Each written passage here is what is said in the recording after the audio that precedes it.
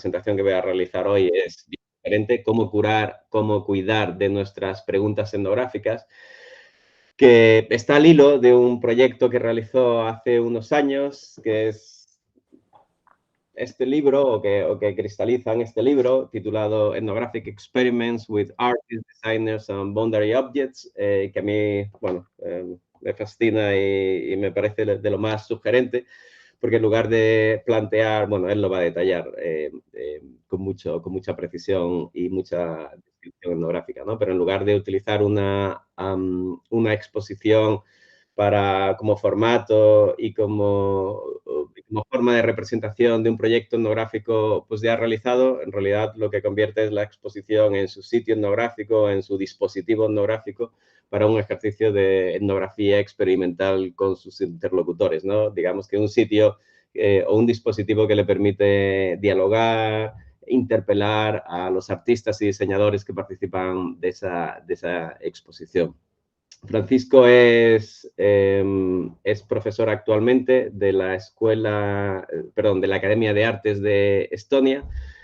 Le interesa la cultura material y hay un par de volúmenes, de hecho, que ha editado recientemente y que abordan esta cuestión. Uno se llama Politics of Recuperation in Post-Crisis Portugal y el otro es Repair Brokenness, Breakthrough Ethnographic Responses. Y aparte de ese, pues como he mencionado, el Ethnographic Experiment with Artists.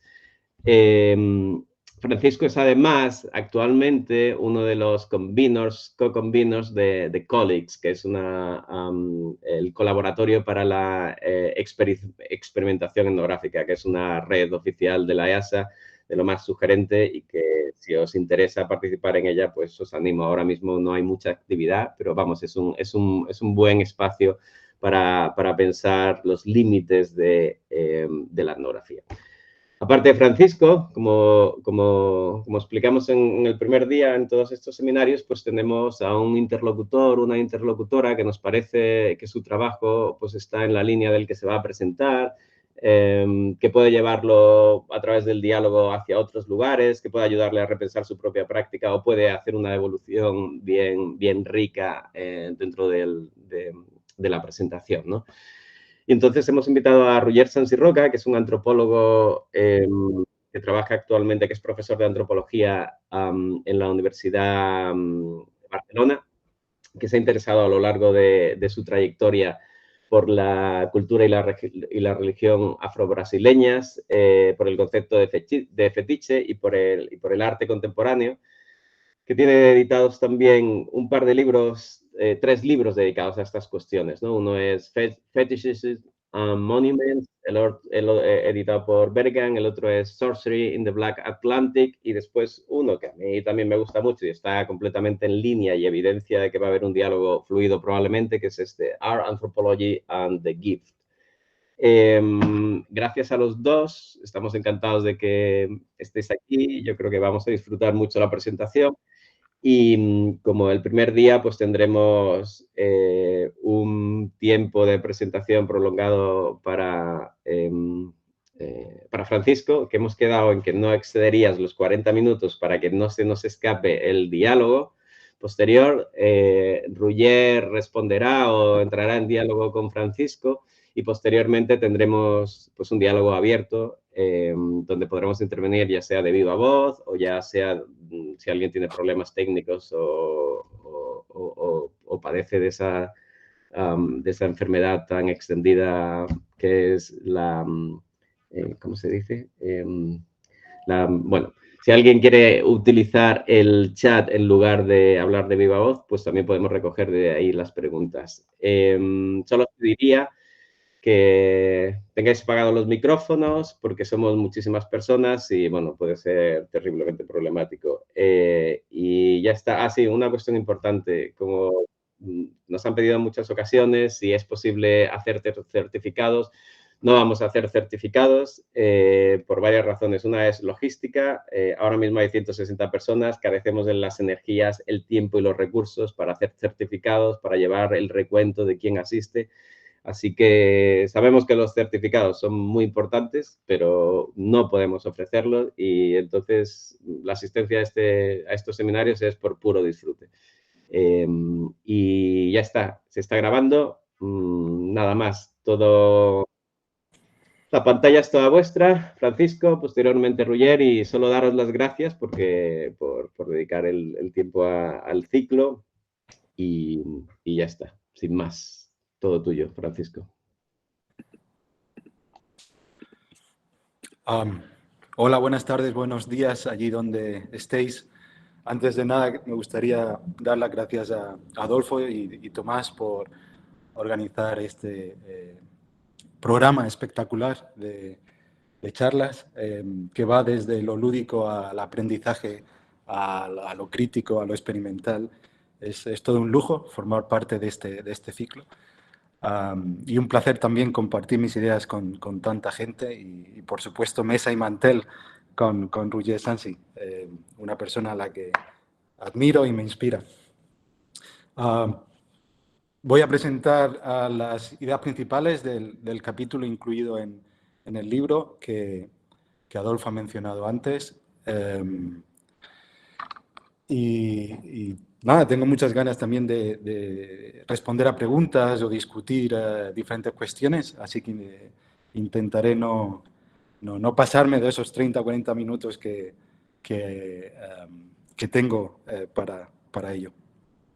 En mi capítulo propongo utilizar las exposiciones artísticas como dispositivos etnográficos a través de los cuales podemos realizar nuestro trabajo de campo. Las exposiciones suelen entenderse en antropología como técnicas de representación. Sin embargo, también pueden utilizarse como un modo de indagación. Esta es la idea principal de mi capítulo y voy a intentar desarrollarla en esta presentación para ustedes. Desde la perspectiva de comisariar o curar una exposición, no es solo una manera de comunicar resultados, lo que estoy proponiendo, sino un dispositivo para investigar y cuestionar críticamente la realidad.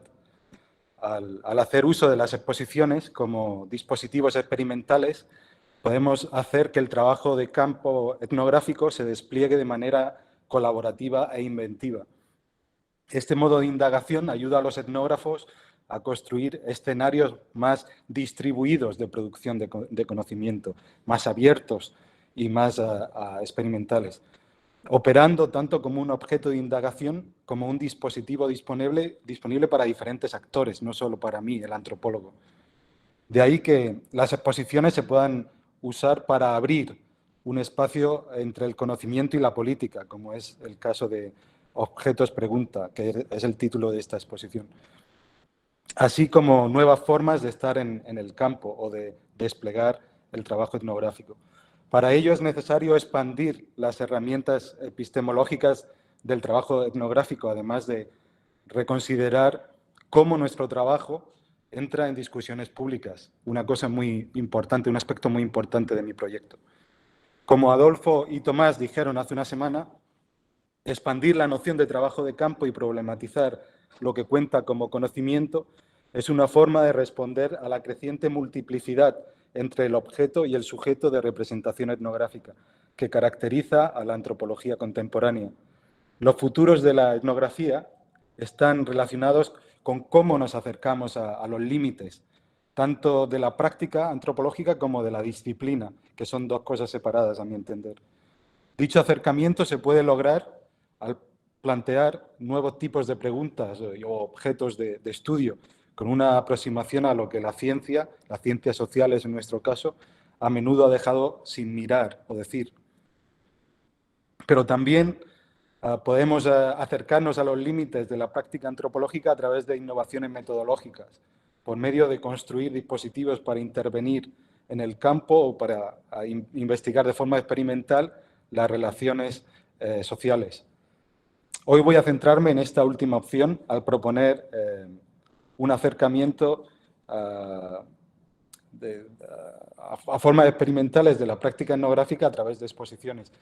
Hoy me voy a centrar en mi descripción empírica del trabajo de campo, en el tipo de relaciones que yo establecí con los participantes en en el proceso de organizar una exposición, además de las reacciones que esa exposición provocó. Por lo tanto, no voy a presentar o a detallar las 10 obras de arte incluidas en la exposición. Si alguno de vosotros, alguien de ustedes, tiene preguntas específicas sobre esta cuestión, estaré encantado de responderlas después.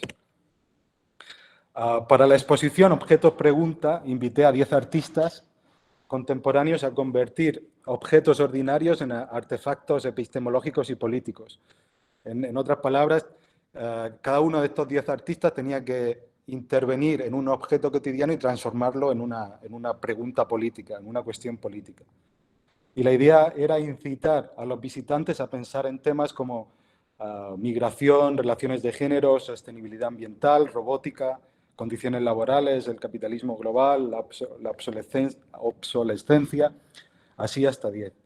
La lista se limitó a 10 debido a limitaciones propias del espacio y del tiempo y de los recursos financieros. Y también a la esperanza de reunir un trabajo de campo manejable, tanto en escala como en duración. El tipo de contribución a la exposición, contribución individual de cada uno de los artistas, se negoció con los participantes de forma individual. Es decir, yo propuse un marco y una serie de recursos espaciales y financieros y ellos elegían el tema, es decir, la cuestión política y el objeto sobre el que tenían que intervenir. Antes, durante y después de la exposición, yo iba anotando descripciones y reflexiones sobre cómo hacer uso de los objetos o cómo yo hacía y los participantes en el proyecto de los objetos como dispositivos de investigación social, convirtiendo el método que yo estaba utilizando también en mi objeto de estudio. Por lo tanto, la exposición, y esta idea es importante, la exposición no aspiraba a capturar la realidad social como tal, sino las respuestas a nuestra representación de la misma. Objetos Pregunta proponía una actitud más experimental y política hacia los objetos, aquí representados como artefactos de conocer y relacionar, disponibles para ser redefinidos material y epistemológicamente. Tanto objetos como exposiciones pueden usarse para practicar formas experimentales de hacer etnografía y de crear un público no académico, y no solo para comunicar los resultados de una investigación ya hecha. La novedad, pues, fue utilizar una exposición como dispositivo etnográfico para permitir formas multilineales de relacionarse en el campo, en lugar de hacer uso de este formato meramente como técnicas de representación.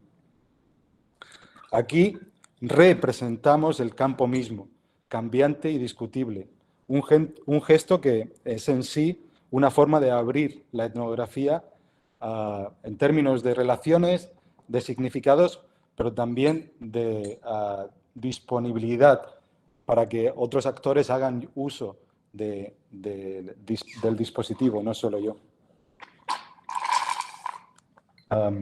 Lo que están escuchando ahora es mi hijo, disculpen. Al hacer eso, con este gesto, el museo se convirtió en un espacio de activación de relaciones sociomateriales. Mientras repensábamos cómo configurar el museo como un lugar de producción de conocimiento, decidíamos también colectivamente cómo emplazar esa serie de artefactos extraños por todo el museo, desde la entrada a las escaleras, a diferentes pisos, etc.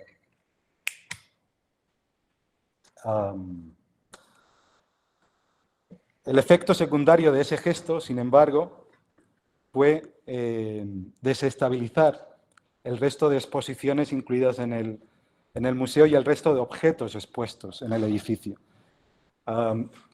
Tradicionalmente, en el Museo del Diseño y el Arte Aplicado, que es donde organizamos la exposición, los artefactos suelen exhibirse en vitrinas para ser admirados por su valor artístico o por lo que significan o representan.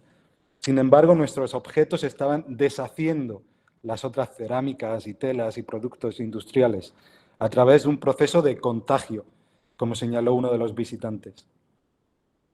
Asimismo, lo que están viendo, por ejemplo, es un brazo robótico del dúo artístico Bárbara y Mar, con un contador como el que utilizan las azafatas en los aviones.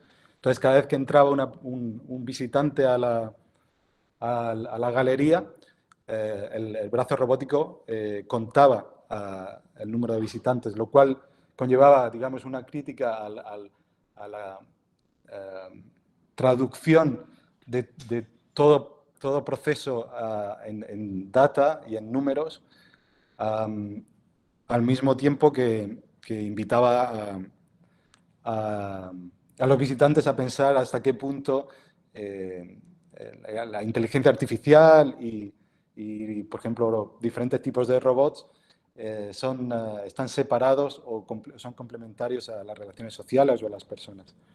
Pero he dicho que no iba a explicar las obras, así que vamos a centrarnos en las relaciones.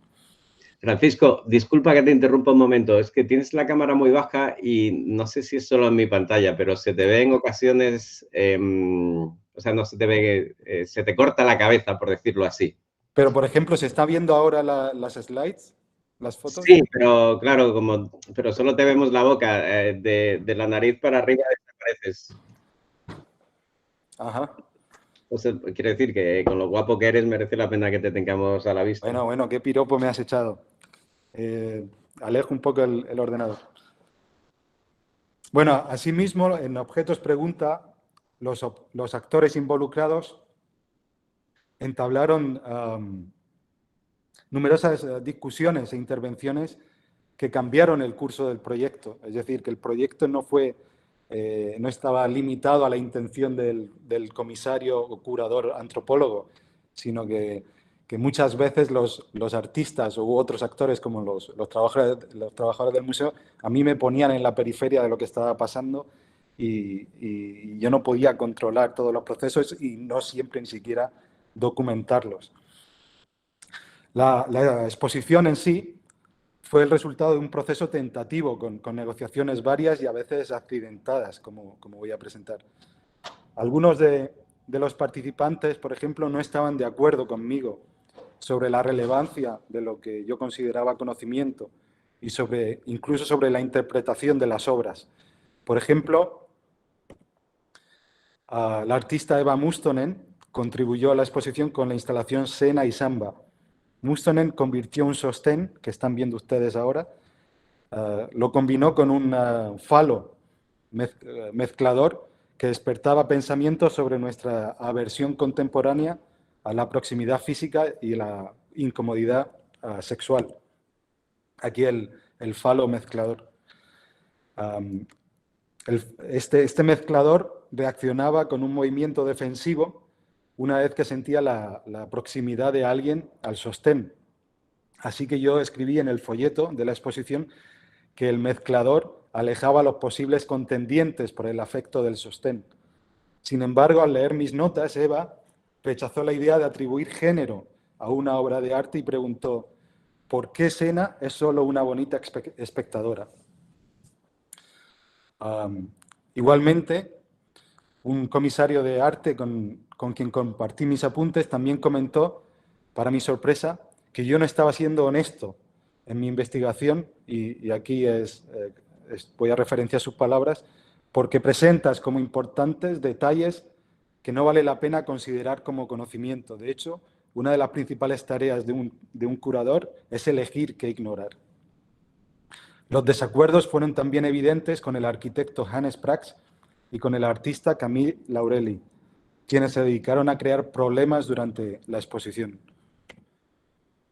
Cuando comencé a explicarle a Hannes, que era el encargado de la distribución espacial y del diseño del interior de la galería, las ideas principales del proyecto, él insistió en la necesidad de usar solo palabras clave para que él luego traduciría en el espacio. Entonces dije espontáneamente preocupación política, artefactos afectivos, pero él me cortó y me dijo: para, me estás complicando la vida. Intenta ser más específico. Dime ¿qué efecto quieres generar en el público? Entonces dije, suspensión del conocimiento, desaprender, reducir la brecha entre nosotros y la política. Pero Hannes me paró otra vez, quejándose de que todos esos términos eran demasiado abstractos. Así que finalmente me dijo, dime una película que tengo que ver para entender qué tipo de espacio quieres. Y sin pensarlo mucho le dije, El gabinete del doctor Caligari. Para Hannes, las palabras van en contra del diseño. El conocimiento se asienta más en un trozo de madera o en una pared o en una forma de subir las escaleras, lo que me hacía consciente de mi propia ignorancia sensorial en comparación a Hannes. Él, sin embargo, dejó todo el trabajo para el último minuto, argumentando que yo solo era su cliente y que él tenía otras prioridades más importantes que la exposición. También se mostró inflexible sobre el diseño de la galería. Solo podía ser un muro de bloques, para crear así una sensación de confrontación y separación. En contra de la tradición del diseño de crear cosas cómodas que deben pasar desapercibidas, la pared debía ser el objeto número 11 de la exposición, transgrediendo la monumentalidad medieval del museo, al plantar en medio de la galería un artefacto hecho con materiales baratos. Después de intensas negociaciones con el personal del museo, finalmente llegamos al acuerdo de crear una pared, un muro, pero de un tamaño más pequeño al originalmente diseñado por Hannes, para así no dañar el piso de madera, lo cual finalmente sucedió. Una vez comenzamos el proceso de construcción, alguien, nunca se aclaró quién, pidió los materiales equivocados en la tienda Bauhaus, por lo que tuve que negociar con los gerentes de este comercio el cambiar los materiales de vuelta sin costo adicional. Mientras tanto, Hannes estaba viendo un tutorial de YouTube sobre cómo construir un muro. Entonces le pregunté, Hannes, si no tienes ni idea de cómo construir un muro, ¿por qué eres tan cabezota y no aceptas ninguna alternativa? A lo cual él respondió, y estas son sus palabras, el hecho de que nunca haya construido un muro en mi vida no significa que no pueda hacerlo ahora. Ciertamente no todo fue armónico con Hannes, más bien lo contrario. Hubo muchas tensiones hasta el punto de casi acabar en una pelea física. Posteriormente, en el seminario organizado en el museo para reflexionar juntos sobre el proceso, Hannes dijo, y estas son sus palabras, nuestra colaboración no fue fácil, pero fue real. En algunos casos, como en el del artista Camille, los colaboradores no solo te complican la vida, sino que incluso te engañan. La instalación de Camille se titulaba Practicar es fracasar y ensamblaba una serie de herramientas rotas previamente reunidas en talleres mecánicos locales. Con este gesto, Camille quería desafiar las relaciones o las nociones actuales de éxito. Un día antes de la inauguración, Camille sugirió complementar su instalación con una etiqueta incorrecta en referencia a su obra. Pero la directora del museo, Kai Loviakas, respondió que una etiqueta con errores tipográficos no cumplía con los estándares del museo, de un museo estatal como este. Entonces Camille imprimió una etiqueta por su cuenta con un diseño similar y la reemplazó cuando nadie lo veía. Aquí la etiqueta con faltas de ortografía. Al día siguiente de la inauguración y siguiendo la misma voluntad lúdica, Camille dispuso una serie de fallos durante la charla en el seminario. Primero hizo bailar a su hijo detrás de él mientras hablaba frente a una audiencia de más de 30 personas. Ahí está su hijo detrás. Luego su madre comenzó a llamarlo repetidamente, por lo que Camille tuvo que contestar al teléfono y pedirle que lo llamara más tarde. Finalmente abrió un ordenador portátil para comenzar la charla, pero un vaso de agua cayó sobre el portátil, arruinándolo sin posibilidad de reparación. Luego tomó un segundo ordenador y cuando lo conectó al proyector, aparecieron 3 webs pornográficas en la pantalla. Yo era el único que estaba al tanto del fraude, ya que él me había informado de sus intenciones unos minutos antes de la charla, o mejor dicho, performance. Mirando con el rabillo del ojo, noté que en la audiencia había una mezcla de vergüenza y asombro. El mismo sentimiento fue compartido por Víctor, quien fue contratado por él. por el museo para documentar los seminarios. Víctor decidió por su cuenta detener la grabación del vídeo para evitar que un acto tan idiota se asociara con el museo. Si bien las discrepancias entre el etnógrafo y los interlocutores pueden ser productivas, en algunos casos también plantean la pregunta de cómo crear alianzas con colaboradores que cuestionan continuamente el terreno común de la investigación. Cada uno de nosotros participará con sus propias técnicas y conocimientos parciales, lo cual requería tanto apertura individual como la existencia de una base común. Mientras tanto, a mí el feedback me iba llegando a través de diferentes canales, a menudo de forma inesperada. En algunos casos me hacían comentarios en medio de eventos públicos, en otros diversas personas me escribían mensajes o publicaban reseñas en revistas y periódicos. Y un ejemplo de ello fue la reseña escrita por el crítico de arte Hanno Swans, quien señaló que el curador estaba fuera de su disciplina natal, conquistando nuevos territorios, aunque sin comportarse como un colonizador. Martin Pan, que es un diseñador industrial profesional y también dirige un programa de maestría, de máster, agregó en medio de una fiesta de cumpleaños de una amiga común y mientras bebíamos un gin tonic, y estas son sus palabras: tengo la extraña sensación de que alguien está pisando mi terreno y entró en mi reino, pero con reglas diferentes. Martin fue 2 veces a ver la exposición. Y ese sentimiento de que alguien se refería a mí como si fuera un caballo de Troya fue un poco como extraño y curioso, aunque por otra parte la verdad es que me gustó porque ponía en cuestión esa idea tradicional de las disciplinas como territorios contiguos o así delimitados que deben ser defendidos como castillos.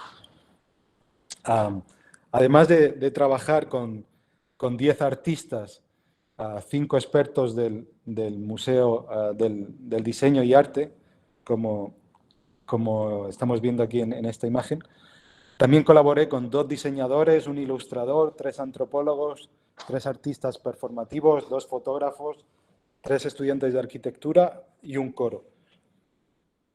La fertilización cruzada de diferentes tipos de conocimiento y nociones de relevancia, de hecho, la base de este método que yo estoy proponiendo, o este modo de investigación.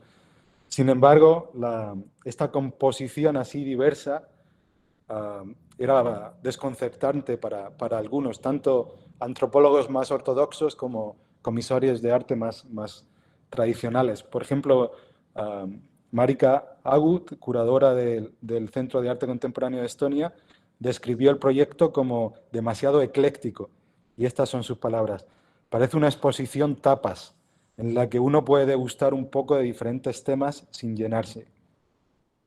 Antes de la inauguración y mientras discutía los detalles de la exposición con un comisario local, él me dijo visiblemente molesto que gente como yo estaba arruinando la escena artística local al comisariar exposiciones de forma gratuita. Todos los participantes en el proyecto, en la exposición, cobraban por su participación menos yo. Yo le respondí que la exposición para mí no era el resultado final de mi trabajo, sino de alguna manera el principio, ya que la concebía como un dispositivo que me permitía hacer trabajo de campo. Sin embargo, él no se mostró convencido por mi argumento. En el momento fallé al decirle, o no se me ocurrió decirle, que lo que me distingue a mí de un comisario profesional eran las largas horas que pasé escribiendo en mi escritorio, transcribiendo las notas, revisándolas de forma analítica y produciendo borradores que muestran diferentes niveles de abstracción, al contrario de lo que hacen los comisarios o curadores. No obstante, una exposición también puede considerarse un acto de conocimiento, así como una realidad por probar. Pero ¿qué tipo de conocimiento estamos produciendo al construir un campo a través de una exposición? En mi opinión, la realización de exposiciones es una forma de investigación en sí misma, y además los artistas son en muchos casos hacedores de conocimiento analítico, no siempre valorado. Para este tipo de colaboraciones, sin embargo, el antropólogo tiene que prestar atención especial a construir un espacio que permita a cada cual participar a su manera. El arte contemporáneo y la antropología son disciplinas distintas. Cada una tiene sus propias reglas, estándares, métodos, incluso sus propias prácticas, hábitus, como diría Bourdieu, y propias instituciones, pero también encontramos semejanzas, intersecciones y potenciales colaborativos. Tradicionalmente, artistas y antropólogos han estado más interesados, sin embargo, en ver las prácticas del otro simplemente como fuente de inspiración, haciendo algo que parece arte o parece antropología, como criticaron Foster, Grimshaw y Ravets. La mayoría de las veces los antropólogos abordan el trabajo de los artistas individuales ubicando las obras en un contexto etnográfico, mientras que los artistas hacen uso de estrategias de investigación parecidas al trabajo etnográfico o intenta describir su propio trabajo, sus propias obras, con conceptos antropológicos. En 3 volúmenes pioneros, Snyder y Wright delinearon las zonas fronterizas y las divisiones entre el arte contemporáneo y la antropología hace 15 años, mostrando afinidades y formas comunes de trabajo. Después de este impulso vino el trabajo de Roger Sancy, aquí 2 libros, a quien sugería o nos invitaba a ir más allá de simplemente las afinidades metodológicas. En su estudio de proyectos de arte participativo en Barcelona, Roger describe las interrelaciones entre el arte contemporáneo y la antropología como políticamente complejas, tanto en sus aspectos metodológicos y analíticos como en su capacidad de intervención social también. Igualmente, Nikolai Zorin-Chaikov, hace 10 años, la misma época que Roger publicó su libro, propuso realizar el trabajo de campo como una forma de arte conceptual, representando un objeto etnográfico para luego estudiar las reacciones de los visitantes. Igual mi contribución a este debate es ir un poco más allá y confirmar que los antropólogos no cruzamos ninguna línea sagrada al practicar arte contemporáneo, sino que enfatizamos las posibilidades inventivas que ya existen en la disciplina, que ya están presentes en nuestra práctica. En Objetos Pregunta, el campo aparecía como una realidad en co-construcción y la etnografía como un ejercicio de rediseño social.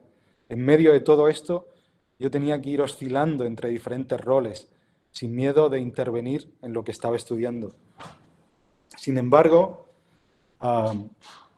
cuidar de nuestras relaciones de campo es agotador, ya que implica hacer malabarismos con múltiples roles y también mostrarte siempre delicado con cada uno de los artistas y participar en todas las fases de la producción, lo cual no es fácil. Por ejemplo, para la exposición tuve que desarrollar una especie de infraestructura de emparejamiento con elementos de diseño, conceptualización, selección, gestión, pago, producción, arquitectura, visualización e instalación, cumpliendo además con requisitos técnicos y de seguridad, mientras hablaba con los medios de comunicación y complacía o trataba de complacer a todos los actores involucrados. En este sentido, yo creo que el comisario de arte también es simultáneamente fallero y bombero, lo cual es muy difícil. Tiene que ir apagando fuegos potenciales con imaginación y perseverancia al mismo tiempo que provocar reacciones y promoverse a sí mismo y a los artistas involucrados. Además, hay que hacer las cosas en un plazo determinado y todo el mundo te va exigiendo cosas y tus decisiones tienen un impacto directo, en algunos casos, irreversible. Esta visión del trabajo de campo es, por lo tanto, intervencionista y exige que el etnógrafo sea un participante activo, provocador, pirómano en la construcción del campo, no solo un observador. Sin embargo, este es un gesto que requiere generosidad por parte de todos los participantes y, en algunos casos, desaprender nuestras propias herramientas epistémicas. Durante demasiado tiempo, en mi opinión, el campo de los antropólogos se ha considerado como un antilaboratorio donde no se podía experimentar o no se permitía provocar, ni probar, ni encender fuego, por continuar con la metáfora. Asimismo, la contribución del etnógrafo a la realización de exposiciones se había limitado demasiado a brindar contenido representativo ya cerrado a espectadores o visitantes que eran distantes siempre de la realización de esos significados y representaciones. En mi caso, sin embargo, el antropólogo se transforma en un facilitador que interviene en el campo y conecta diferentes partes que permiten proponer un problema de nuevo y de forma abierta, al mismo tiempo que estudia las reacciones del público. Investigar con objetos ordinarios y con profesionales no formados en la antropología nos permite ampliar nuestra noción del campo y hacer un uso etnográfico de lugares o recursos que se consideraban no pertenecientes a nuestra disciplina. De hecho, una de las contribuciones de Objetos Pregunta fue construir un campo de investigación como una relacionalidad expandida desde la antropología a otros campos como el arte y el diseño. Y luego de regreso, influyendo cómo nosotros, los antropólogos, entendemos y cuestionamos nuestras propias nociones de relevancia y de intervención. Algo que influye todos los procesos del trabajo de campo, es decir, el antes, el durante y el después, al mismo tiempo que condiciona el trabajo de las notas de campo, la documentación y todo lo que viene después en plan analítico. En Objetos Pregunta, la atención se centró en formas creadas para los procesos de intercambio durante el trabajo de campo, describiendo el repertorio de prácticas etnográficas, los documentos y las intervenciones, al mismo tiempo que todas ellas eran construidas.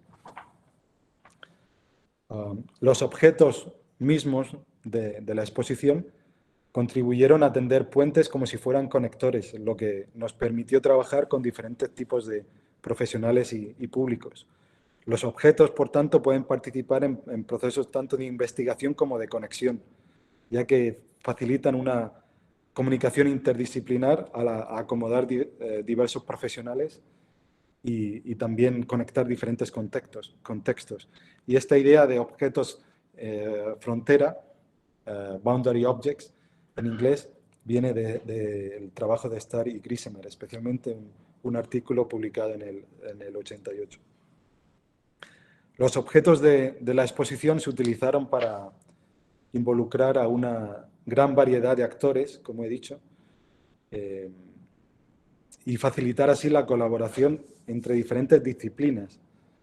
A su vez, fueron catalizadores etnográficos que participaban en la producción de descripciones y de conocimiento analítico. Como comisario, mi implicación no consistió únicamente en hacer lo que hace un comisario artístico tradicional, otra vez, como dije antes, movilizar recursos, mostrarte delicado con todos los actores, como conseguir financiación, invitar a la gente, seleccionar y procesar y comunicar contenidos, sino también en permitir que las colaboraciones varias fueran posibles.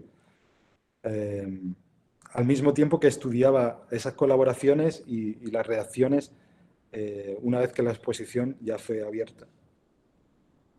Eso me permitió perder el control de los significados en el campo, posibilitando tipos alternativos de relaciones e interpretaciones que yo no controlaba como antropólogo.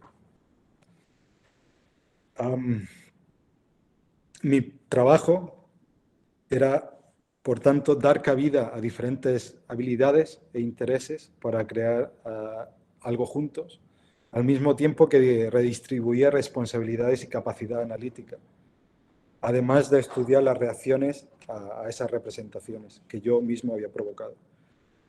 Los cambios actuales, y ya me estoy moviendo a la conclusión, Los cambios actuales en la producción del conocimiento nos impulsan a reconsiderar el proceso de investigación e incluir a actores de forma innovadora, fomentando la reciprocidad entre el cuestionamiento académico y no académico.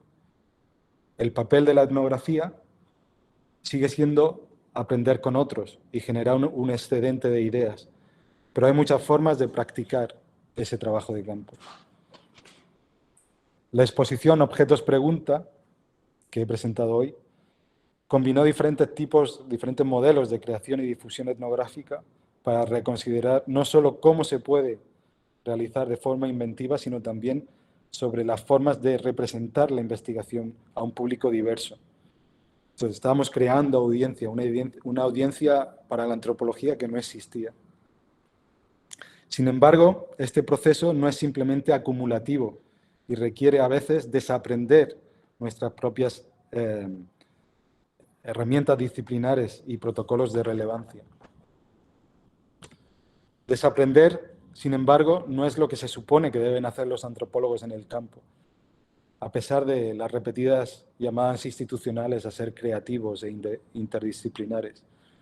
Mi gesto requiere, por el contrario, entender las capacidades analíticas de los artistas, abandonar las herramientas disciplinares de cálculo y utilidad y hacer espacio y tiempo, o crear espacio y tiempo para que las capacidades de los artistas o coetnógrafos, como yo los llamaba, se desarrollen más allá de mis intenciones o más allá de mi propia capacidad analítica.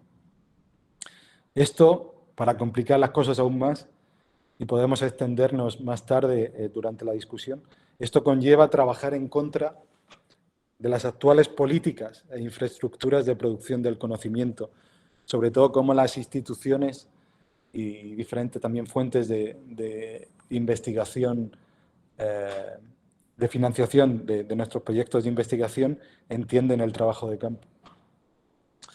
Podemos concluir que en gran medida los futuros etnográficos dependen de nuestra capacidad de desaprender y redefinir dónde está el campo y cuál es el conocimiento válido, para así crear nuestras propias herramientas etnográficas, a la vez que acercamos la producción y difusión del conocimiento antropológico. Porque como práctica la antropología no tiene por qué ser necesariamente un relato descriptivo para luego, que luego tiene que ser aprobado siempre dentro de los marcos disciplinarios. En mi opinión, la antropología también puede intervenir en lo contemporáneo, construyendo las realidades que forman parte de nuestra investigación etnográfica. Por lo tanto, necesitamos repensar el papel o el rol de nuestros sujetos en la investigación para movilizar preguntas que antes era imposible de formular.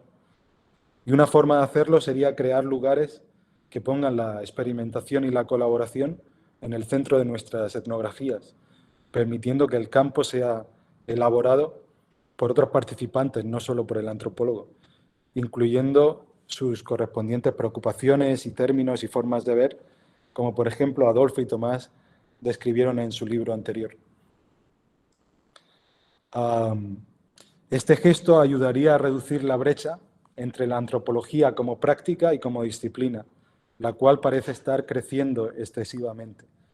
Dicha brecha nos lleva a otras preguntas fundamentales, al menos a la generación más joven de antropólogos, ya que la disciplina actualmente no proporciona refugio ecuménico, ni estabilidad institucional, ni relevancia pública, ni política, en mi opinión.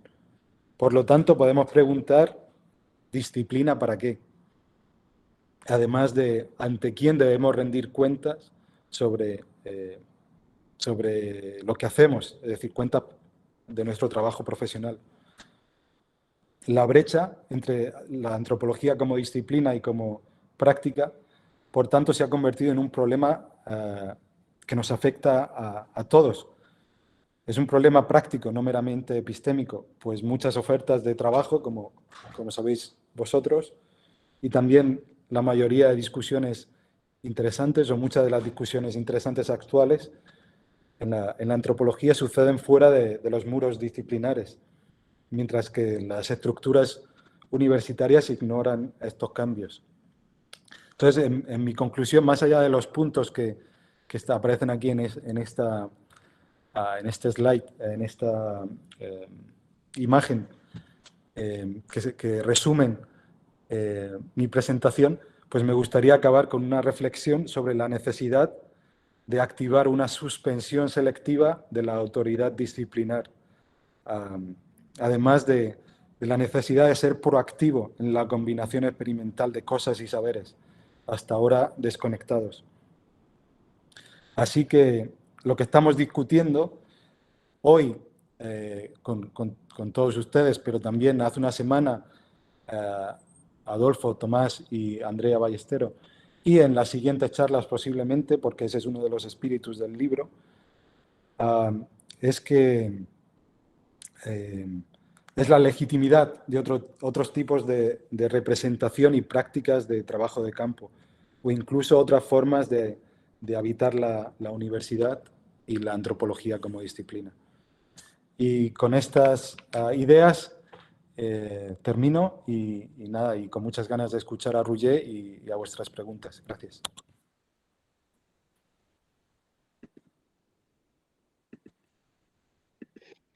Pues nada, Francisco, muchas gracias por una presentación tan provocadora, que estoy seguro de que el debate va a ser intenso.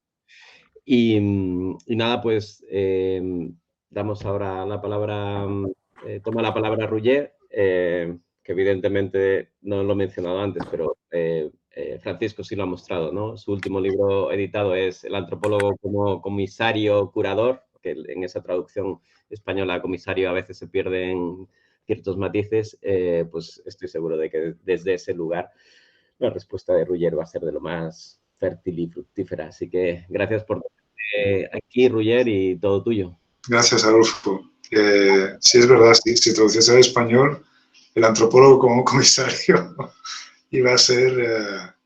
yo creo que iba a causar mucha curiosidad, supongo, ¿no? Depende de la portada que ponemos, ¿no? Bueno, de una tradición francesa estaría el comisario diferente que es la francesa, ¿no?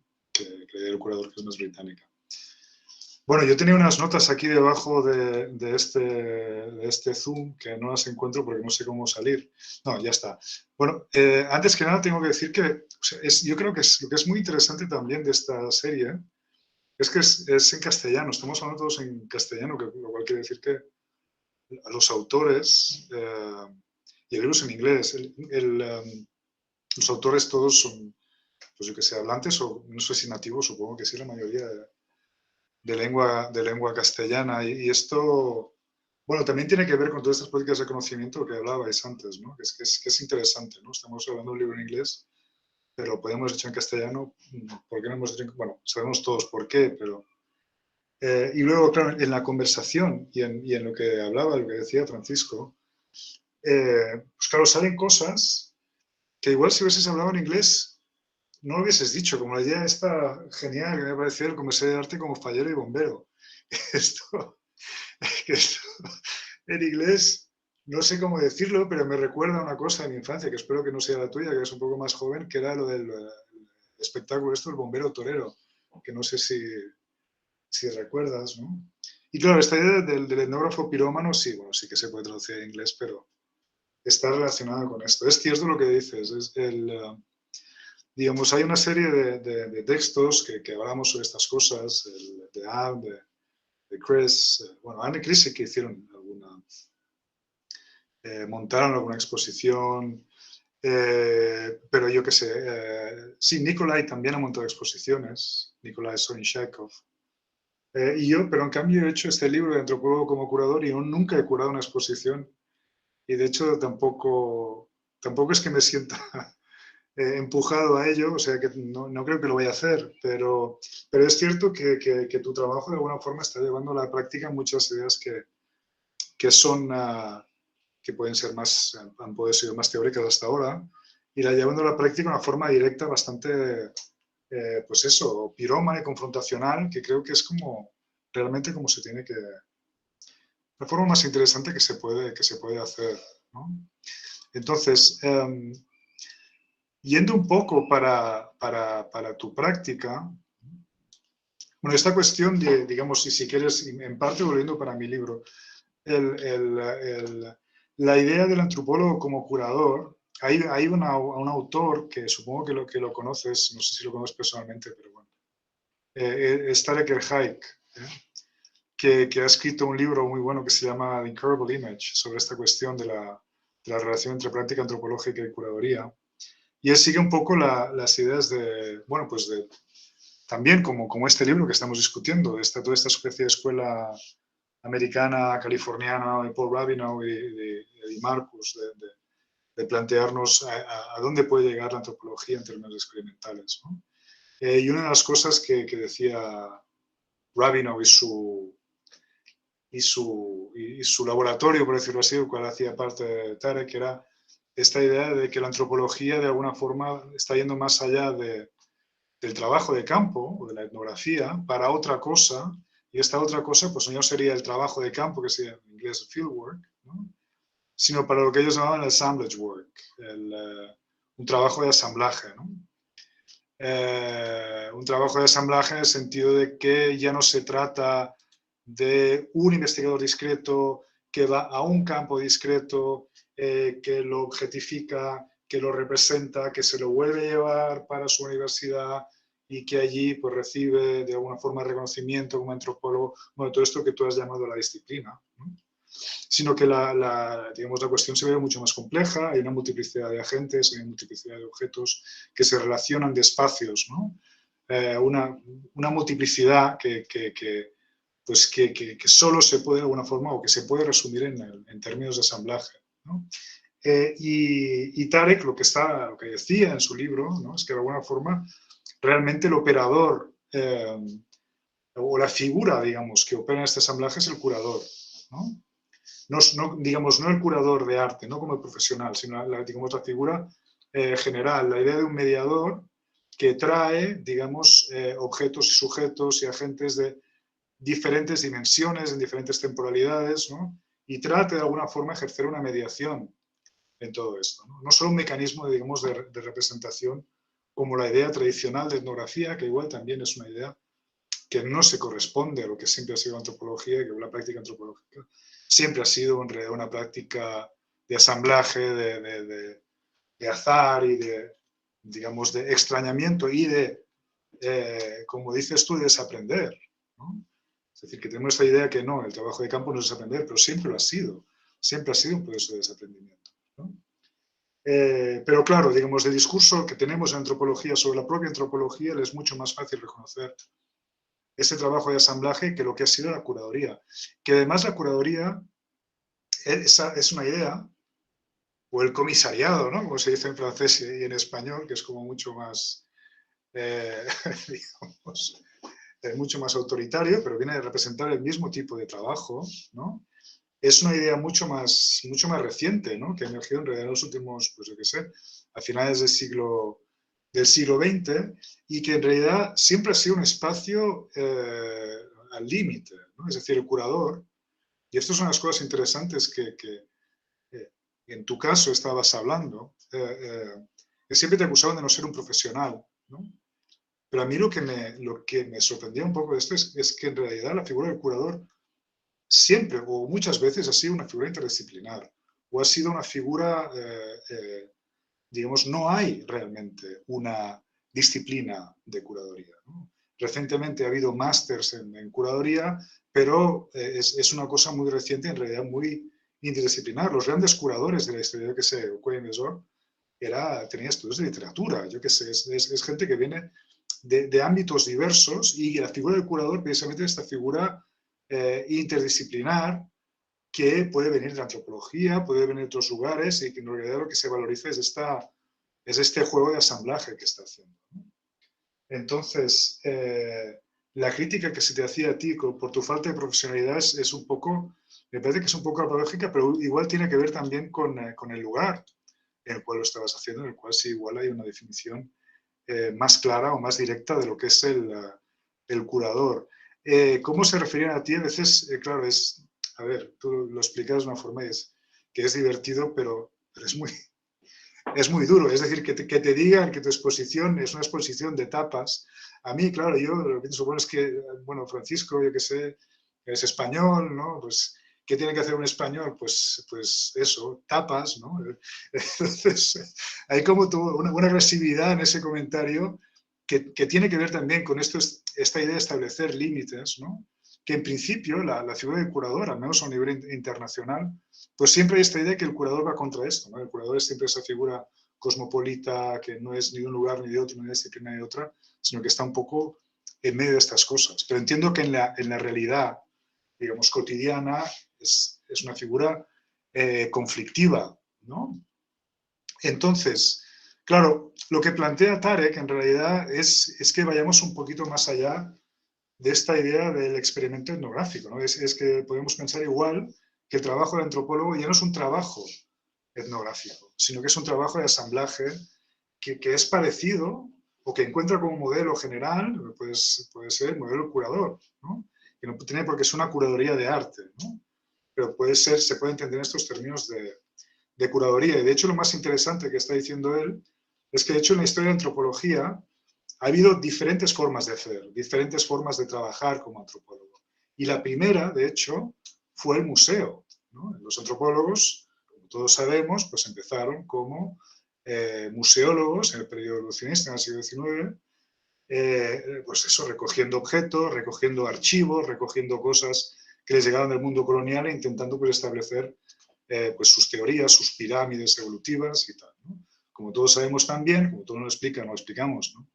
En las clases de antropología, heroicamente, pues gente como Boas y Malinowski rompió con el evolucionismo y etcétera, y hizo el trabajo de campo, que es esta especie de tirarte a la realidad de la gente con la que estás trabajando, pero que, digamos, es un modelo que ha entrado en crisis en las últimas décadas y podemos imaginar posiblemente que estemos yendo hacia otro modelo, que vaya más allá realmente de lo que tenemos como trabajo de campo o etnografía, digamos, como representación de ese trabajo de campo, ¿no? Esto es una posibilidad de la cual habla Tarek, que de alguna forma, llegando un poco más allá lo que estás proponiendo, lo que estáis proponiendo todos, ¿no? Claro, lo que pasa aquí también es que la figura esta del curador aparece como esta especie de figura heroica, digamos, del mediador, del asamblaje, un poco también análoga a la idea del diplomático, ¿no? Por ejemplo, de la cual habla Bruno Latour, ¿no? Delante de la idea del etnógrafo tradicional como una especie de, digamos, figura de un momento pretérito que, pues eso, que impone su representación sobre el mundo, ¿no? Esta idea de la etnografía como una representación de un lugar cerrado, ¿no? Y la idea del curador aparecía como una figura más abierta, también más conflictiva, y esto es una cosa que en este libro de Antropólogo como curador aparece mucho, la idea de que como curador te expones personalmente mucho más digamos, a este asamblaje que puede generar conflictos de una manera mucho más directa que el antropólogo tradicional, que de alguna forma está protegido por la estructura académica de estos conflictos que se plantean en la práctica curatorial, ¿no? Eso es una cosa que tú le explicas muy bien también, ¿no? Pero claro, esta visión un poco heroica del curador, pues igual también tiene sus límites, ¿no? Porque al fin de cuentas, ¿no? El curador, o sea, lo que podemos decir en términos estos como más agresivos, el comisario, al fin de cuentas, ¿cuál es la tarea del curador? ¿No? Bueno, esto te lo decía uno de tus interlocutores, ¿no? Pues, como decimos en catalán, pues separar el grano de la paja, ¿no? Es decir, lo que es importante y lo que no es importante, lo decía el curador, ¿no? Es decir, establecer un discurso claro, ¿no? ¿Qué es lo que trae todo este arte aquí? Pues el curador, de alguna forma, lo construye, transforma procesos abiertos, procesos artísticos, en objetos de valor, ¿no? De alguna forma, el papel del curador sería estabilizar estos procesos, estas conexiones, ¿no? Que es, hasta un cierto punto, se podía ver en estos términos, ¿no? Pero igual no, es decir, igual la figura, pero digamos, toda esta idea del curador como alguien que estabiliza procesos abiertos, a partir de los años 70 y 80, también tiene que ver con una práctica artística que se resiste a ser cerrada, ¿no? Una práctica artística de vanguardia que resiste la objetificación, que resiste la representación, y como dices tú, pues no se trata de representar algo, sino de hacer algo. El arte es más un dispositivo que un objeto de representación. Y de hecho, uno de los artistas de los cuales hablas cuando haces Border Wall, ¿no? A mí me recuerda mucho a un clásico del arte conceptual, que es el Sweet Wall de Alan Caprow, el inventor de la idea del happening, ¿no? ¿Sabes? Alan Caprow, que hizo ese muro delante del muro de Berlín, y que en vez de poner cemento lo unió con mermelada. Los tochos, ¿no? ¿Cómo se dice en castellano? No se dice tocho, ¿no? No me acuerdo. Bueno, pues digamos, los bloques, ¿no? Los bloques. Los bloques, los unió con mermelada, ¿no? Y bueno, claro, detrás de estas prácticas tan aparentemente absurdas e idiotas, como las de tu diseñador, igual hay una referencia a toda esta historia de un arte que precisamente se plantea en estos términos, ¿no? En estos términos de hacer un arte que no representa necesariamente nada, sino que de alguna forma genera un dispositivo que se confronta a una realidad, ¿no? ¿Qué es lo que quiere decir? Seguramente es la pregunta equivocada, ¿no? Pero, claro, tú has enfatizado mucho estos conflictos y estas prácticas que de alguna forma podríamos llamar idiotas, ¿no? Pero claro, parece idiota, parece un insulto, pero bueno, como todos sabemos, pues hay una forma de dignificar. Es decir, la idiotez es una... Bueno, ya siguiendo vuestro juego, es una metodología contra el método, o ha sido históricamente. En el arte de vanguardia, una metodología contra el método, ¿no? Hay un crítico de arte francés que se llama Jean-Yves Joannet, que escribió un libro muy divertido y muy grande, un tocho también, un bloque, por decirlo así, sobre el arte idiota, en el cual pues habla qué es esta práctica idiota, y busca esta práctica idiota en la historia del arte del siglo XX, y identifica pues prácticas artísticas que se fijan mucho precisamente en la cuestión del método, ¿no? Que se fijan mucho en la cuestión en los léxicos técnicos, en los procedimientos analíticos, esta cosa que decías tú de este diseñador que te pedía palabras llave, ¿no? Dame palabras llave, ¿no? Dame una lista de palabras llave. Te dice, bueno, va, déjalo porque no entiendo nada. Que se obsesionan con procedimientos analíticos, a veces de una forma maníaca, ¿no? Y también que son evidentemente incompetentes, ¿no? Esta idea de, bueno, voy a hacer un muro, no lo he hecho nunca en mi vida, voy a mirar un tutorial de YouTube y lo hago, ¿y por qué no lo tendría que hacer? ¿No? Pero de alguna forma se lanzan estas prácticas se lanzan a esta incompetencia, y de hecho de lo que están hablando es de esto, ¿no? Están hablando de la incompetencia, la persona que está fuera de lugar, la persona que técnicamente no está capacitada para esto, y juegan de alguna forma con esto, ¿no? Juegan con esta obsesión, con esta arbitrariedad, con este lugar un poco estúpido y al límite, ¿no? Evidentemente, a ver, el trabajo de este artista Camille, no me acuerdo muy bien el apellido, que te había oído alguna otra vez hablar de él, era el que decía que era el peor artista del mundo, ¿no? Sí. Se define como el peor artista del mundo, ¿no? Yo tengo mis dudas, tengo que decir, de que sea el peor. Pero bueno, esta etiqueta que has puesto, que ponía failure in practice en vez de failure in practice, me ha recordado otra referencia, estas que no tendría que decir porque mi distinción académica se ve por los suelos, ¿no? Me ha recordado una película española muy mala que se llama Crimen Perfecto. No sé si te acuerdas que lo mejor de esta película era el título, de hecho, ¿no? Pero esta idea es una idea de eso, de humor idiota, precisamente, y ver qué es lo que este humor puede generar, ver qué es lo que sale de esto, ¿no? Y tú, claro, has hablado mucho de cómo te hicieron la vida imposible esta gente, pero en el texto tú también dices que cuando Camille empezó su presentación, tú te estabas riendo, es que no lo podías evitar. O sea que de alguna forma, reconócemelo, eres un poco cómplice. Es decir, y si destacas estas cuestiones, digamos, es que bueno, digamos que te interesa realmente, este tipo de prácticas que resistían también, y vamos a verlo hasta el fondo, hay un discurso de la colaboración, de hacer las cosas juntos, de la, como lo has dicho, lo has traducido al castellano, la cross-fertilization, ¿no? La fertilización cruzada, hasta dónde podemos llegar si hacemos las cosas juntos, todos ponemos nuestra parte y tal. Pero ellos estaban resistiendo a todo esto, ¿no? Y esta resistencia, de alguna forma, tiene que ver con esta actitud idiota, ¿no? Y, bueno, digamos, para justificarnos académicamente, como tú sabes, pues hay grandes filósofos que han hablado de esta cuestión de la idiotez, ¿no? Como Deleuze y Guattari, y hablas a Deleuze, citas a Deleuze y ya estás, digamos, salvado en el parchís, ¿no? O Isabelle Stenger, ¿no? Que hablan precisamente de esto, ¿no? Stenger en particular, cuando habla del idiota, para esta figura de el que siempre frena a los demás, ¿no? El que se resiste al consenso.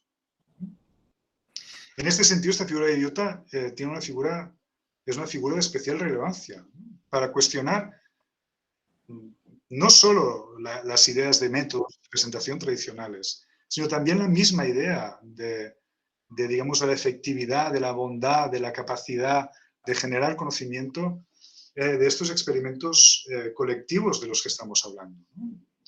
Y hacernos dar cuenta de que en realidad la cuestión en sí misma igual puede ser que no sea ni tan solo generar conocimiento o hacer antropología o generar, yo qué sé, o crear la disciplina de otra manera, o hacer etnografía de otra manera, sino más bien cuestionarnos los límites o llevar las cosas al límite. Ver hasta dónde podemos llegar, ¿no? Claro, esto es algo que en arte es muy evidente y está muy presente, pues, como decía, esta cuestión del idiota es una cuestión, digamos, que tiene un pedigrí en arte, ¿no? Desde el dadaísmo, ¿no?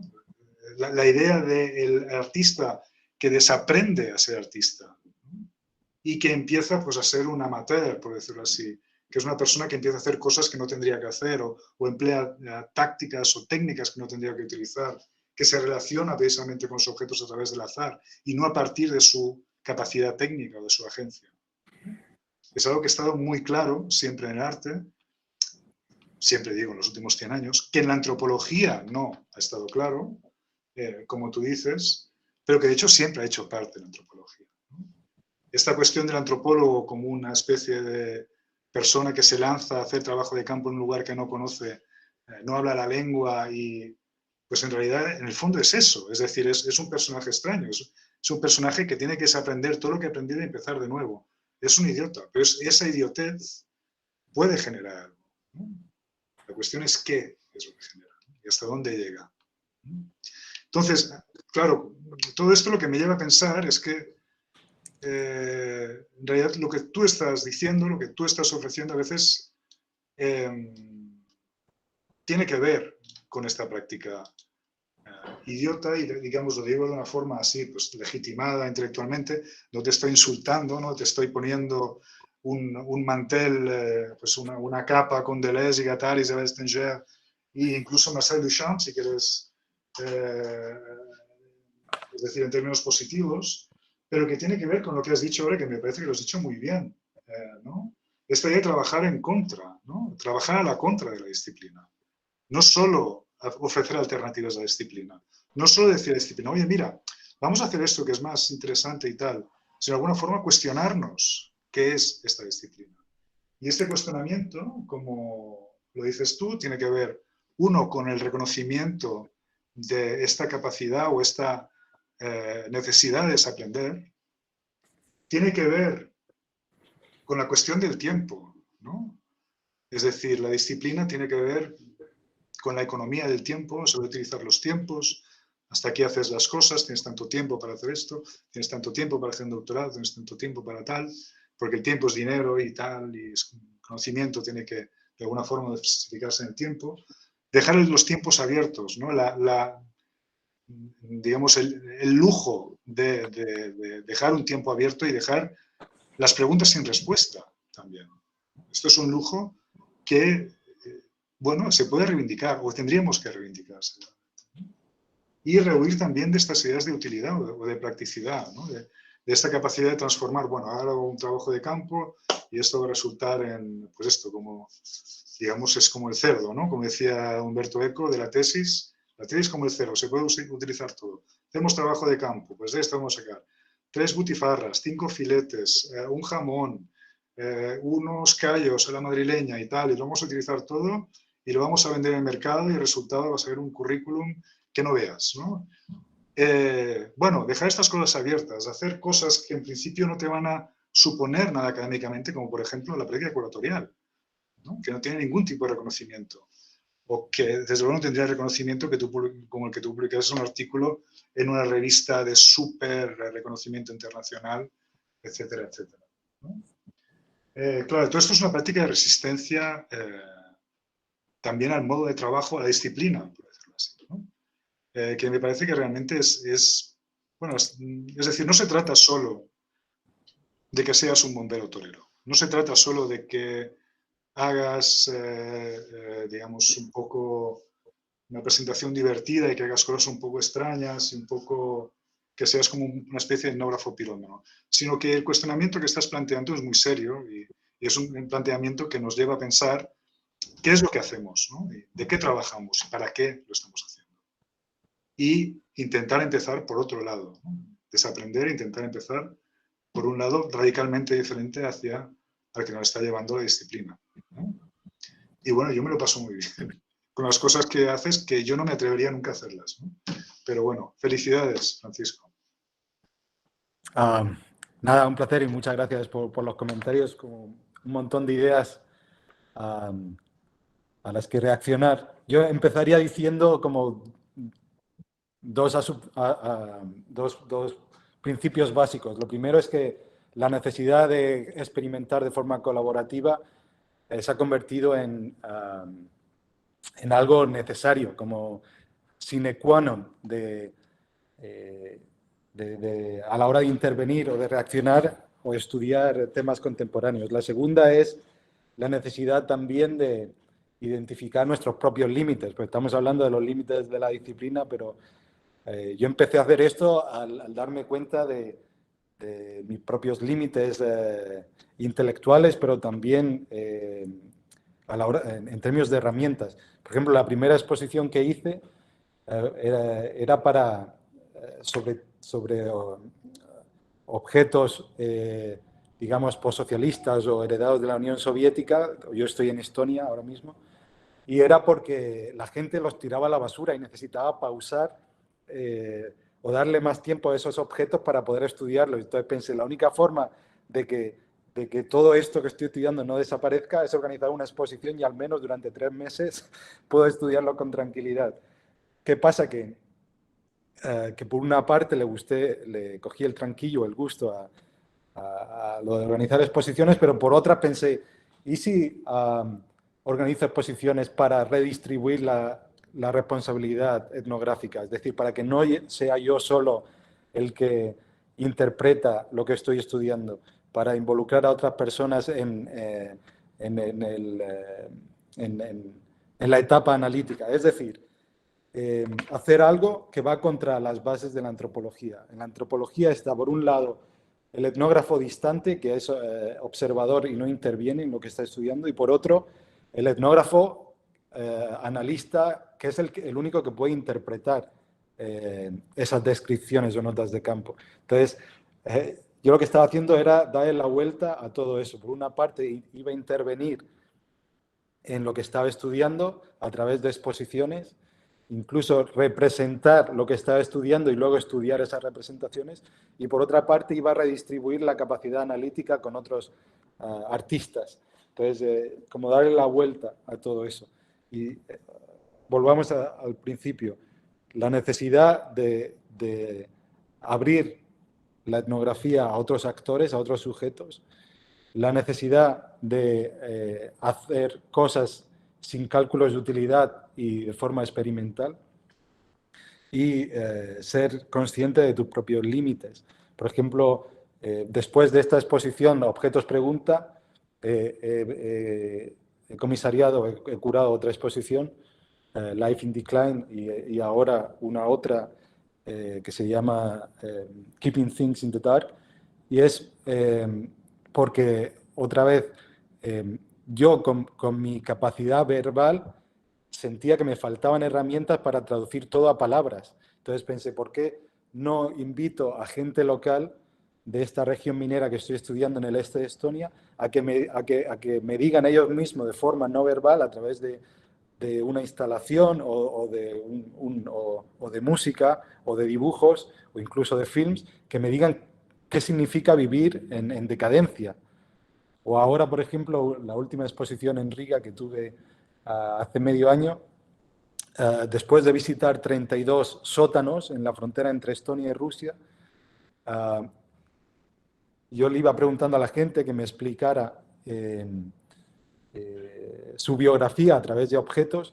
¿Qué pasa? Que cuando hablaba con amigos o con otras personas sobre esos objetos, las relaciones y los significados se multiplicaban, porque todo el mundo tiene algo que contar sobre su sótano o sobre el sótano de su abuela. Entonces yo pensé, ¿por qué no organizo una exposición y voy a estudiar las reacciones a esta exposición sobre los sótanos? ¿Qué pasa? Que eso requiere desaprender, hay un precio a pagar igual también ecuménico o disciplinar, en el sentido de muchas veces no te reconocen la validez en términos de peer review, por eso hablo de suspender selectivamente la relevancia disciplinar, pero también es un gesto de generosidad epistémica y generosidad en todos los sentidos, también financiera, de la gente con la que yo trabajo. Es decir, hay artistas profesionales, algunos con carrera internacional, otros con carrera más modesta, que hacen tiempo para participar en exposiciones como las que yo organizo. Y eso pues es un gesto de generosidad por su parte, que me sigue extrañando y admirando. ¿Por qué la gente participa en mis exposiciones? Y yo creo que es por la curiosidad, por la sorpresa, por la curiosidad. Ciertamente no por el salario o por lo que le pago. Entonces, yo creo que a ellos mismos le intriga lo que me decía Martin, este diseñador, que alguien venga, entre en su territorio con herramientas diferentes y con nociones de relevancia diferentes. Y, por ejemplo, ver que yo lo apunto todo y lo documento todo, hasta el punto de que me dicen esto no es relevante, ¿por qué tomas nota de esto? Entonces, pues de alguna manera les sirvo de espejo, se ven a sí mismos y lo que hacen a través de los ojos de un extraño pirómano. A mí no me gusta lo de bombero torero, porque no me gusta hacer el ridículo, aunque lo haga de vez en cuando, supongo, pero me gusta más esa figura intervencionista del antropólogo pirómano. Pero bueno, vamos a dejar tiempo para las preguntas de la gente.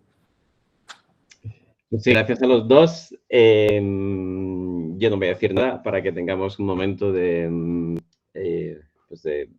apertura del debate. Si alguien tiene alguna pregunta, que levante la mano. No sé, se están levantando manos, pero desaparecen. No sé si es alguna cuestión de técnica o que os arrepentís. Si alguien tiene alguna cuestión, que se lance. Si la quiere dejar en el chat también, nos podemos dar, son ya casi media, que es la hora a la que teníamos pensado terminar, pero no podemos alargar al menos 10 minutos para que haya algunas cuestiones si es que alguien quisiera intervenir.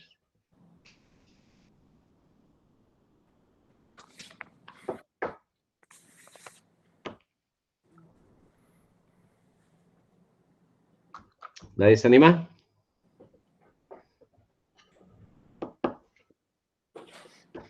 Adelante, Sebastián, y después está Clemente. Y después Jennifer. Sebastián.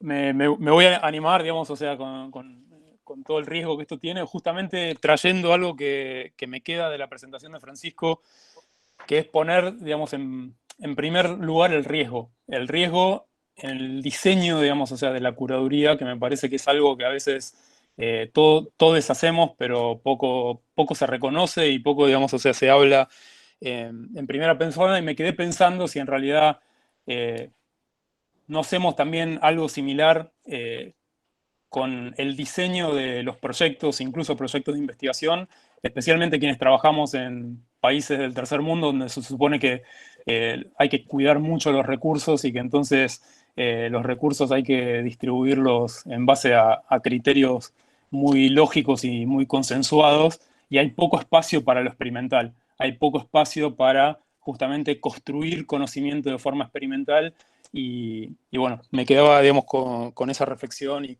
qué pensabas, digamos, más allá de pensar la exposición y la curaduría, digamos, o sea, cómo eso puede contaminar, digamos, también otras prácticas de nuestro quehacer profesional.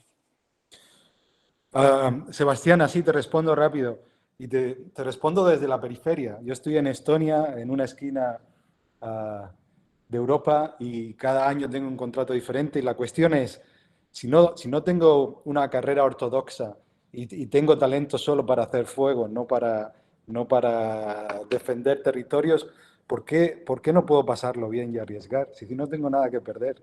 Y además, ¿para quién lo hago? ¿Y qué es lo que hacemos? Es decir, yo lo hago para mí, para aprender. Intento llegar al límite de forma a veces obsesiva, a veces idiota, cuando me interesa algo, a llegar al límite de lo que es posible aprender. Y eso significa inventar nuevas formas de relacionarse, o dispositivos para relacionarse, para ir más allá de tus propios límites. Entonces, pues, si tú me estás hablando desde Chile, yo te estoy hablando desde Estonia, no conozco tu trabajo, infelizmente, después lo buscaré, pero a veces tenemos muy poco que perder y nos dedicamos a estar ocupados con cosas pues que nos aportan muy poco. Y sinceramente, más allá de la universidad se gana más dinero. Y si estoy en la universidad es para hacer las cosas que me gustan dentro de lo posible. Es decir, tampoco... Soy un pirómano responsable. Pero a mí no me importa tomar riesgos porque tengo talento para eso, para los riesgos. Vale, vamos a hacer una ronda de 3 intervenciones, 3 preguntas, y con esto ya probablemente cerraríamos. Podéis ir interviniendo en orden y después saltáis sobre ellas como queráis, tanto Francisco como Roger. Seríais Clemente, después Jennifer, y Clemente Mamani, después Jennifer Marsiglia y después Alberto Pérez de la Rosa. Entonces, pues nada, tomad la palabra y adelante. Muchas gracias, la verdad me encantó bastante, ¿no? Oye, quiero hacer un comentario y pues yo sé que también ya trató el tema y tal vez aclararnos algunos puntos. Una de las situaciones críticas de la antropología es justamente el tema de las tripas, como decimos acá en Bolivia, es decir, uno no vive teorizando, ¿no? Y eso también se vuelve una cuestión política. Y me encantó toda la exposición y sobre todo la parte de desaprender. Entonces quisiera que de manera un poco más puntual nos pudiera sugerir cómo comenzamos con este desaprendizaje del quehacer etnográfico. Un comentario, ¿no?, al respecto, Francisco. Gracias.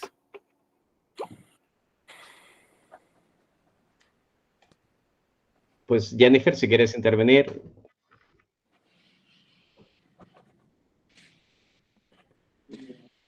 Hola a todos. Bueno, yo quiero precisar que me resulta fascinante entender las exposiciones como una posible fuente también documental para comprender las realidades de las comunidades. Ya había tenido la posibilidad de tener una experiencia, pero nunca vislumbré la exposición misma que se estaba creando, digamos, de la mano de la gente como un espacio etnográfico. Siempre lo consideré como, bueno, vengo cocinando con las mujeres, ellas identifican unas piezas importantes de sus cocinas, vamos a hacer una exposición. Yo les pregunté qué les parece importante que deba estar en esa exposición, y fueron ellas desde sus cocinas las que sumaron piezas a esa exposición, incluso construyeron como el guión de cómo se iba a explicar esa exposición de esas piezas. y en ese relato aparecían un montón de cosas que claramente yo no pude haber visto únicamente con ir a cocinar con ellas o dedicarme a registrar unas recetas o a la descripción de unas cocinas. Entonces, muchísimas gracias por este abordaje, pero sobre todo por esta intención de mover la etnografía de las formas como tradicionalmente la abordamos. Gracias. Pues nada, una última intervención de Alberto, que creo que habías levantado la mano, no sé si ya te has arrepentido, y si no, pues... Hola. Sí, adelante. Hola, buenas tardes. Lo primero, felicidades por no sé si se me ve. Un saludo desde la Universidad de La Laguna en Tenerife, de las Islas Canarias. A mí básicamente me interesaría, no he podido llegar al comienzo de la intervención de los compañeros y las compañeras, pero era el tema de la etnografía política, la etnografía, lo digo porque a mí me interesa, soy sociólogo, me interesa la sociología política, la sociología de la juventud, y voy a hacer una tesis doctoral sobre la participación de los jóvenes en Canarias, al Parlamento de Canarias. Y ahora que se celebran elecciones al gobierno de Canarias y a los locales, etcétera, me gustaría hacer una etnografía sobre la jornada electoral, o sea, estar como un peón de obra, estar desde las 7 8 de la mañana que abren los colegios electorales, las urnas, hasta el último día hacer un trabajo de campo, y era por si podían darme alguna orientación o bibliografía, por aprovechar la coyuntura. Pues todo vuestro, Francisco y Ruller. Pueden escribir ya he puesto mi LinkedIn, Alberto Pérez de la Rosa, para que quiera entrar y contactar. Muchas gracias, Alberto. Pues nada, Francisco, cerráis ya los dos. Como no tenemos mucho tiempo, voy a ser breve. A la primera pregunta le diría que desaprender es un gesto colectivo. Es decir, que no es algo que tú puedas hacer solo. Necesitas relacionarte con otras personas, otros profesionales, incluso también con cosas materiales y, por supuesto, no humanas. Y es un gesto que requiere esfuerzo, generosidad y humildad, primero. Lo segundo es conseguir dinero para que la otra gente se sume, porque cada uno tiene su propio interés y necesidad. Y luego también pues ser responsable para que las instituciones te abran las puertas, desde museos a universidades o fundaciones que digamos que te apoyen. Igual hay otro cuarto elemento que es documentarlo todo o tomar notas. O la documentación es muy importante, no solo como testimonio, pero también como conector. Y es ya medio paso dado para el trabajo analítico que viene después, el tipo de documentación que movilizas. Una documentación en diferentes registros, no solo escrita. La segunda y la tercera pregunta, en mi opinión, están relacionadas y es cómo mostrarte sensible a la capacidad analítica de otros actores. En mi caso eran artistas o diseñadores, pero pueden ser actores varios. Es decir, cuestionar esa idea en el caso de los antropólogos, el informante, o en el caso de los diseñadores, the user, digamos, como un depósito minero del que extraer información. Obviamente estos días, en el 2023, la gente con la que pasamos tiempo tiene tanta o más capacidad analítica que nosotros. Incluso si vamos a Papúa Nueva Guinea, como hacían nuestros ancestros antropológicos, vamos a encontrar gente que sabe más que nosotros y tiene más capacidad analítica. Entonces, es parte de esa dimensión de humildad que requiere la antropología contemporánea. Igual no es suficiente ser humilde, también conlleva ser crítico en términos de suspender las jerarquías y nociones de relevancia establecidas dentro de la disciplina o de la gente que nos da el dinero. Y esto también lleva a ser un poco como Camus, pero con las instituciones, como decirle lo que quieren oír y luego cambiar la etiqueta. Y luego, como una vez que has conseguido el dinero, por supuesto, de forma responsable, llevarlo a tu terreno y distribuirlo entre la gente que te va te va a llevar tu etnografía más allá, es decir, a un territorio epistémico y analítico al que tú no puedes llegar. En cuanto a la política, lo que yo hago es político por los temas que hago visible, temas que igual otra gente no habla. Por ejemplo, las 69.000 personas que no tienen ciudadanía en Estonia.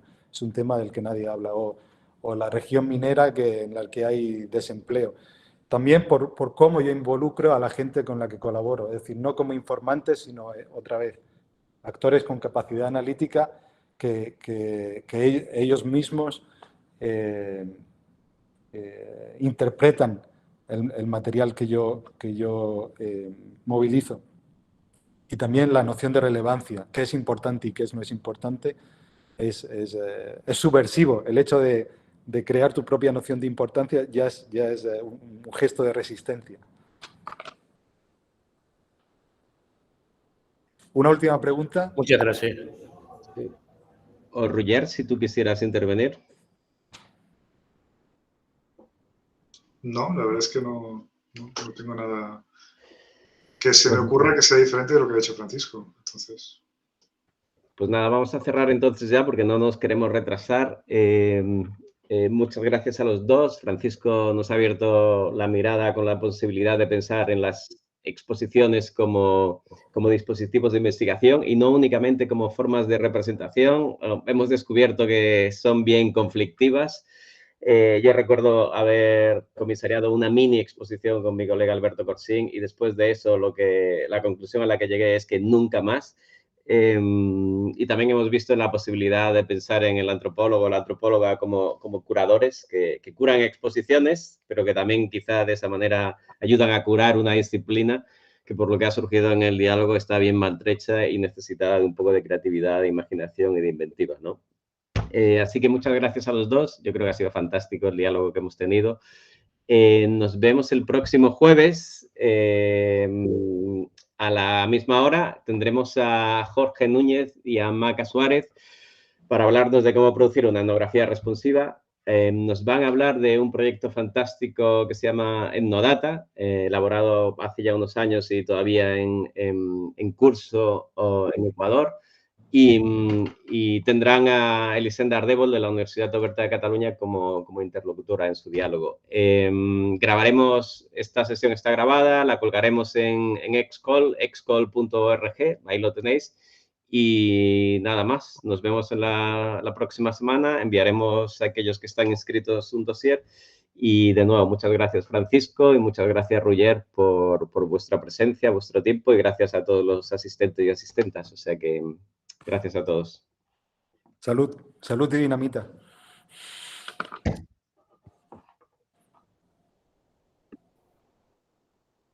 Ahí.